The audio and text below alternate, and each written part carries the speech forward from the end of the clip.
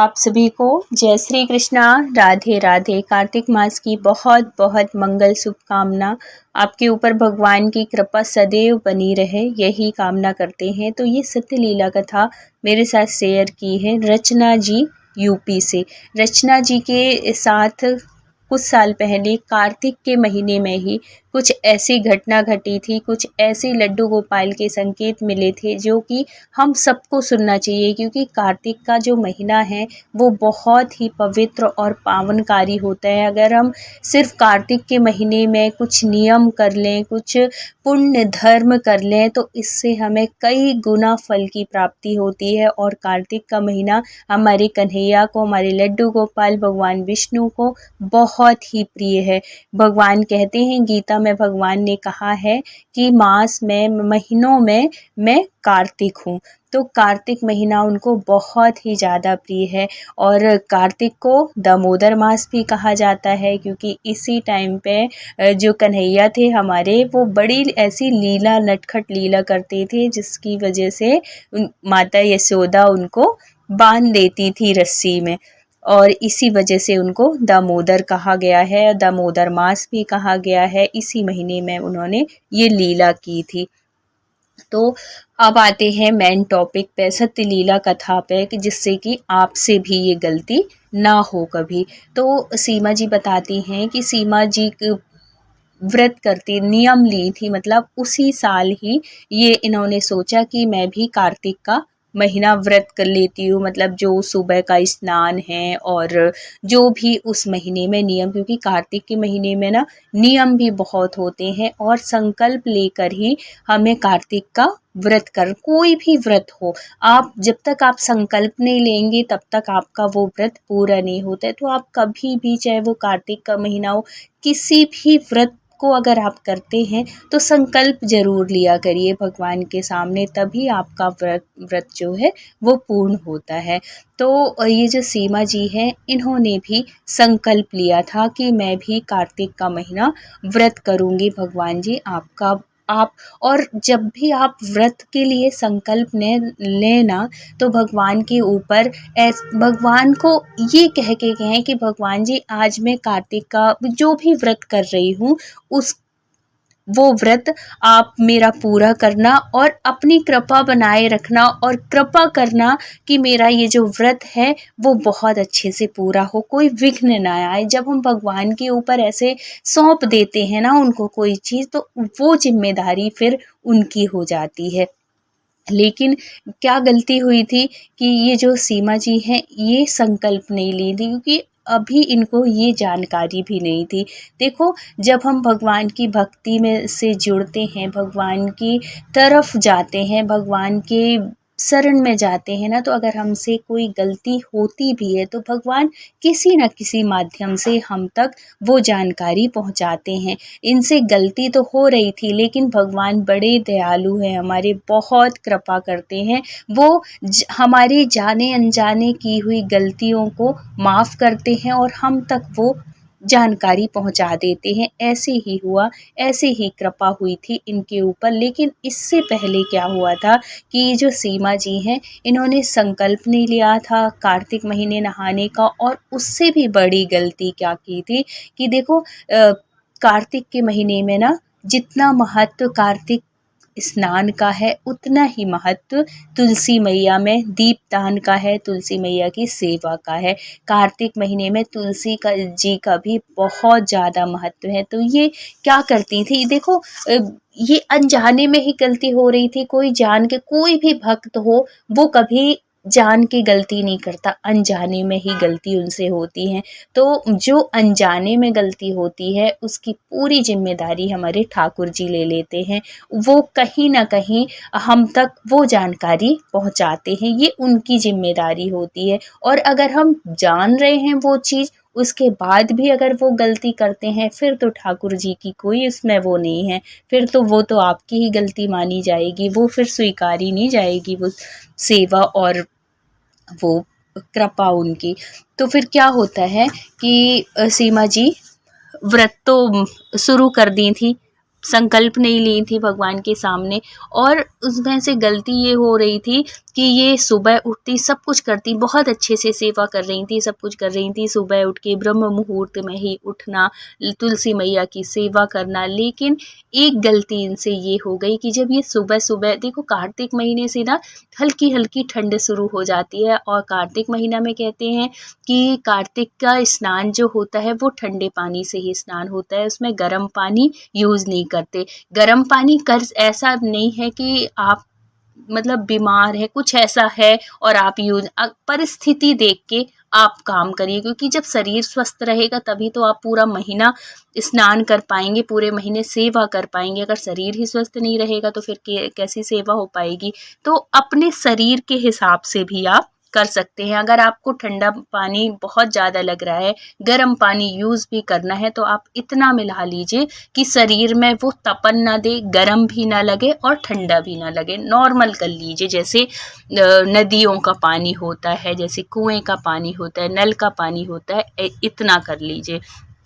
तो सीमा जी को ये बात पता थी कि कार्तिक के महीने में ठंडे पानी से नहाते हैं, गर्म पानी यूज़ नहीं करते। तो जब ये नहाने लगी तो इनको सर्दी, क्योंकि सर्दी हल्की हल्की शुरू हो जाती है, तो इनको ठंडक बैठ गई और उसकी वजह से इनको सर्दी जुकाम हो गया। सुबह सुबह नहाना, फिर बाहर निकल के जाना, तुलसी जी में जल चढ़ाना, सूर्य भगवान बाहर, हवा अंदर, बाहर तो होना पड़ता ही है, तो उसकी वजह से इनको सर्दी जुकाम हो गया। तो जब सर्दी जुकाम हो गया तो घर में जैसे बड़े होते हैं, सास ससुर होते हैं, तो वो उन्होंने कहा, इनकी सासू माँ ने कहा कि ऐसा करना सीमा कि तुम सुबह ना जब तुम नहाती हो, पूजा पाठ कर लेती हो, उसके बाद तुम अच्छी तुलसी की और अदरक की अच्छी चाय पी लिया करो, उससे जो तुम्हारी सर्दी जुकाम है, खराश है, वो दूर होगी और अच्छा रहे, आराम मिलेगा थोड़ी तुमको, ऐसे करके।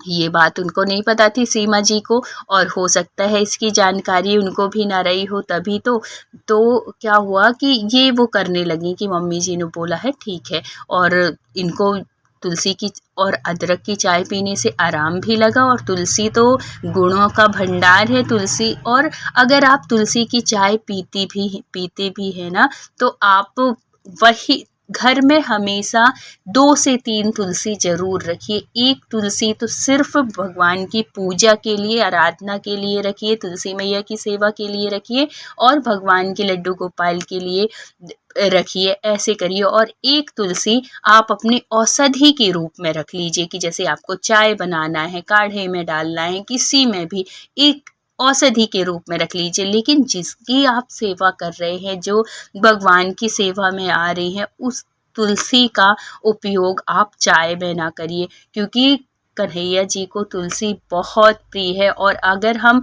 किसी भी, देखो हम तुलसी मैया को एक देवी मान के, और ये साक्षात लक्ष्मी जी का रूप है, तो जब हम उनको लक्ष्मी मान रहे हैं, उनको देवी मान रहे हैं, फिर हम उन्हीं के हरे हरे पत्ते, कोमल कोमल पत्ते तोड़ते हैं और खौलती हुई चाय में डाल देते हैं, तो फिर ये कैसी सेवा हुई? खुद से सोचिए आप।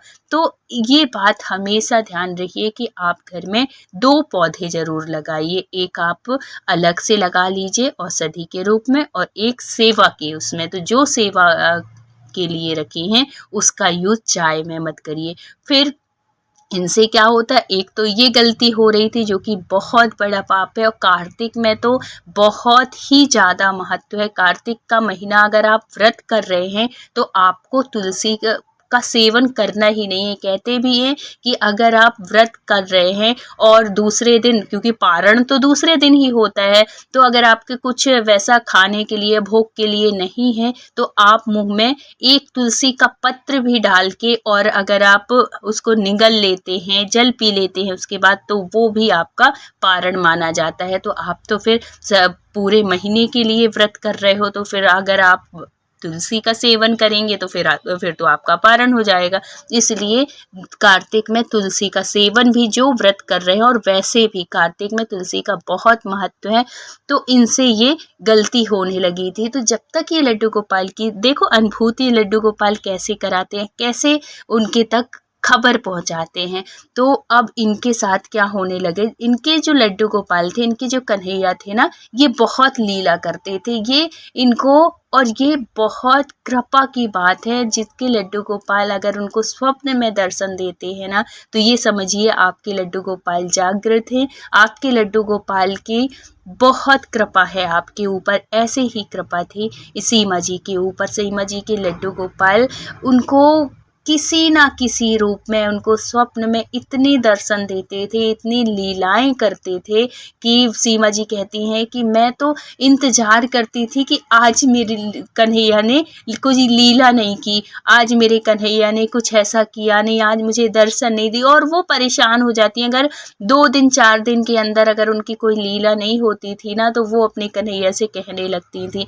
बहुत खुश होती थी, बहुत सेवा करती, मतलब एक अटैचमेंट हो जाता है जब हम कन्हैया की, अपने लाला की सेवा करने लगते हैं। एक भाव मिलने लगता है, बिल्कुल जिस भाव से आप उनकी सेवा करते हो ना, आपको वो भाव महसूस होने लगता है। अगर आप बेटे के, बच्चे के, एक पुत्र के रूप में सेवा कर रहे हैं, तो आपको वैसी ही फीलिंग आएगी। और गुरु, मित्र, सखा, किसी के, जिसके भाव से आप सेवा करते हैं, आपको वैसी ही अनुभूति होने लगती है। लेकिन जब से ये तुलसी का ऐसे करने लगी थी, तब से इनकी अनुभूति एकदम से बंद हो गई। अब तो सीमा जी परेशान, क्योंकि जिनके कन्हैया उसको हर दूसरे दिन, हर रोज जैसे ही अनुभूति करा रहे हैं, उसको दर्शन दे रहे हैं स्वप्न के माध्यम से, या कि कोई ना कोई ऐसी लीला कर रहे हैं जो कि प्रत्यक्ष समझ में आ रही हैं, और वो एकदम से बंद हो जाए, उनके चेहरे में कोई हाव भाव समझ में न आए, तो उस भक्त की मतलब हृदय की वेदना बता नहीं सकते कि उसके अंदर कैसे बीतती होगी। एक एक हम जब अपने कन्हैया को देखते हैं ना, तो उसकी मुस्कुराहट में भी हमें समझ में आते हैं उसके भाव, उसकी नज़रों में हमें उसके भाव समझ में आते हैं। लेकिन जब वो अनुभूति कराना बंद कर देते हैं, तो हर भक्त, मेरे साथ ही नहीं, ये हर भक्त के साथ होता है, बेचैनी होने लगती है कि क्या बात है लाला, कुछ गलती हो गई क्या, कुछ अपराध हो गया क्या हमसे। और जब हम ऐसे कह के जब हम उनके सामने आते हैं ना कि कन्हैया अगर कोई गलती हुई हो, कोई अपराध हो गया हो, तो प्लीज़ हमें बताओ, हम मूर्ख हैं, अज्ञानी, हम आपकी सेवा भक्ति हम कुछ नहीं जानते हैं, आप ही हमें मार्गदर्शन करो। और आप अपने कन्हैया से ना बीच बीच में ऐसे बोलते रहा करिए, क्योंकि हम देखो, हम कलयुग में हैं, हम इतने पवित्र नहीं हैं, हम मन से, तन से, कहीं से भी इतने पवित्र नहीं हैं। तो जब हम ऐसे भाव उनके सामने रखते हैं ना, तो वो इतनी कृपा करते हैं कि अगर हमसे कोई जाने अनजाने अगर कोई गलती होती भी है, तो वो किसी न किसी माध्यम से वो सामने आ जाती है। अब ऐसे ही हुआ सीमा जी के साथ। अब वो गलती तो कर रही थी, उसी बीच इनके घर में इनकी जो सास थी, उनकी एक फ्रेंड आती हैं, जो कि वो भी बहुत वर्षों से वो कार्तिक का महीना स्नान कर रही हैं, और वो कहीं भी जाती थी, किसी के यहाँ कुछ खाती पीती। और ये भी एक नियम है, कार्तिक का महीना जो कि व्रत करते हैं ना, वो किसी के घर में कुछ, अपने घर में ही जल पानी जो भी करेंगे, अपने घर में ही, दूसरे के घर में वो पानी भी नहीं पीते, जो नियम लेते हैं, जो संकल्प लेते हैं। तो ऐसी ही थी ये सासू माँ की फ्रेंड, बहुत अच्छी फ्रेंड थी। इन लोगों का आना जाना, और बहुत अच्छे नेचर की थी, धार्मिक थी, भक्त थी भगवान कृष्ण की। तो हमेशा सास की और उनकी बहुत अच्छी बनती थी, चर्चाएं हमेशा भगवान की ही होती रहती थी। तो उसी बीच ये जानकारी सीमा जी को मिली, क्योंकि जब ये आई तो सीमा जी को पता नहीं था कि ये किसी और के यहाँ वो नहीं करती। तो इन्होंने चाय बनाया, तो इनकी सासू माँ ने बोला कि चाय बना लेना बेटा, उसमें तुलसी जी डाल देना। तो जैसे ही उन्होंने तो पहले मना कर दिया कि मैं तो चाय पीऊँगी नहीं भाई, उन्होंने अपना नियम बता दिया। तो बोली कोई नहीं। लेकिन जब उन्होंने बोला कि तुलसी की चाय बना देना, तब उनकी सास ने बोला कि सीमा जी भी थी, सीमा जी को बिठाला, बोले कि तुम तुलसी की चाय बनाती हो क्या? तो उन्होंने बोला कि हाँ आंटी मेरा ना कुछ दिन से मैं कार्तिक स्नान कर रही हूँ। बताई फिर वो कि कार्तिक स्नान कर रही हूँ तो कुछ दिन से मेरी सर्दी जुकाम सी हो गई है, सुबह सुबह की वजह से हवा लग गई, क्या हो गया। तो मम्मी ने ही बोला था कि तुलसी अदरक की चाय पी लिया करो, उससे थोड़ी सुबह सुबह उठती हो तो थोड़ी आराम भी मिलेगा सर्दी जुकाम में और खराश में।